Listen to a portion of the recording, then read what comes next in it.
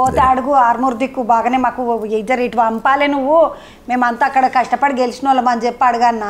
ఆయనను కలవటమే అదృష్టం. యుగ పురుషుణ్ణి కలిసినట్లు, అవతార పురుషుని కలిసినట్లు. హిందువుల పాలిటీ ఈరోజు 10 సంవత్సరాల నుంచి ఒంటి చేత్తోని ఈ జాతిని కాపాడుతున్న ఒక యోధుడు, ఒక వీరుడు, ఒక దైవాంశ సంభూతుడు, విశ్వ గురువు, విశ్వాస నాయకుడు, విశ్వ నాయకుడు. ప్రపంచంలో ఇంకా మన పాపాలు అన్నీ పోవాలండి. కలియుగంలో నరేంద్ర మోడీని కలిస్తే పాపాలన్నీ పోతాయి. ఓ ఏమని ఇట్లా పుసుకున్న పోయి ఇట్లనే అన్నవా అనుకో, సార్ నాడు నువ్వు సెంట్రల్ మంత్రి అయిపోవాలి ఇట్లా అని అనగలడు సారు.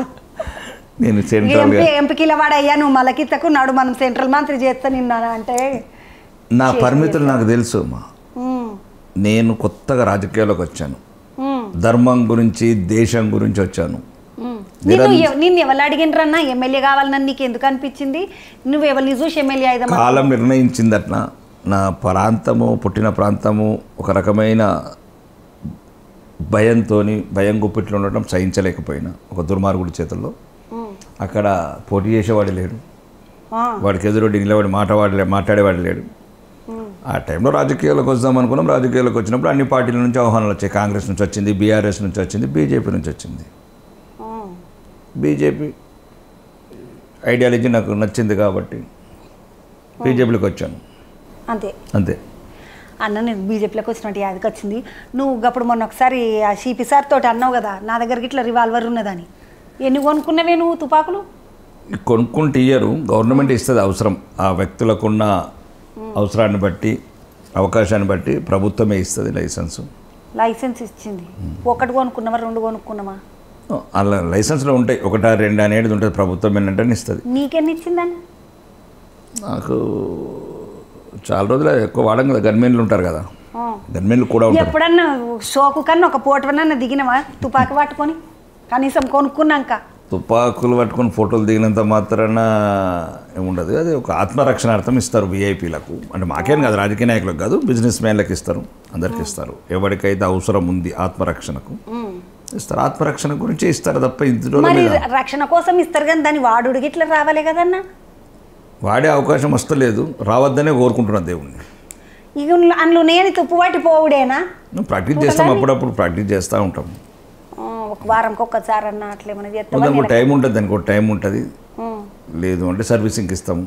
తుప్పు పట్టద్దంటే ఇచ్చినవా మరి ఇప్పటివరకు ఎప్పుడన్నా సర్వీసింగ్? అది రొటీన్ ప్రాసెస్. అందరూ దానికి ఏముంటాయి, గన్ మాన్యువల్స్ ఉంటాయి, దాని ప్రకారం ఇస్తూ ఉంటారు. నేనే కదా అందరు ఇవ్వాల్సింది. నీ దగ్గర తెలిసి నీ దగ్గర ఒక 4-5 ఉన్నాయచ్చు అనుకున్నా. నువ్వు ఎన్నున్నా గవర్నమెంట్ లిస్టులో ఉంటాయి అవన్నీ. బుల్లెట్స్ ఎన్నున్నాయో గవర్నమెంట్ లిస్టులు ఉంటాయి. ఎన్నున్నా కానీ అది ఉంటుంది అంటున్నా కానీ నంబర్ అయితే చెప్తలేడా అన్న చూడు.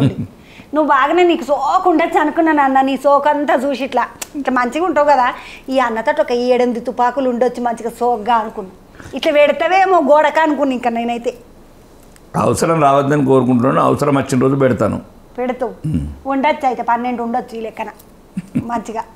అన్న నేను వదిన ముచ్చట ఒకటి అడుగుదాం అనుకున్నా. వదిన ముచ్చట కాదు, పిల్లల ముచ్చట అడుగుతా. పోరలు ఏమన్నా ఆయన ఎమ్మెల్యే మాకేంది ఇక చదువులేదు గిదులేదు మస్తుగా ఉన్నది మాకే అని నిమలంగా ఉంటారా, మంచిగా చదువుతారా? లేదు, ఇంకా వచ్చి నుంచి చదువుతూనే ఉన్నారు ఇద్దరు. అవును, బుడ్డదైతే చదువుకుంటున్నా చూసిన. చదువుతారు. చదువు ఎప్పటికి ఉంటుందండి. ఆస్తులు, అంతస్తులు, అధికారం ఎప్పటికి ఉండదు. మా పిల్లలే కాదు, అని అందరికీ చెప్తున్నాను. ఆస్తులు ఎప్పటికి ఉండకపోవచ్చు, అధికారం ఎప్పటికి ఉండకపోవచ్చు, అంతస్తులు ఎప్పటికి ఉండకపోవచ్చు, కానీ చదువు ఎప్పటికి ఉంటుంది మీతోని. కాబట్టి అందరు చదువుకోవాలి. చదువు అనేది ఒక జ్ఞానము. ప్రపంచంలో నువ్వు ఎక్కడన్నా బతకగలుగుతావు, ఏ సమస్యనైనా ఎదుర్కోగలుగుతావు. కాబట్టి మా పిల్లలకు అదే నేర్పుతాను. కాబట్టి పిల్లలు కూడా స్టడీలో ఫస్ట్ క్లాస్లో ఉంటారు.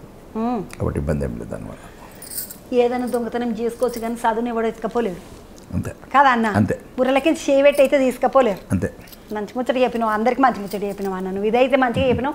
పోరలు మీ నాయన తాట అమ్మ తాట ఇవన్నీ మంచిగా ఉన్నాయి అన్న ఆలోచనతోటి చదువుకున్న మానయ్య అనుకొని ఊకోకుండే. అన్న చెప్పిండి ఈ నుండి జర అన్న వదిన మంచిగా వంట చేస్తుందా?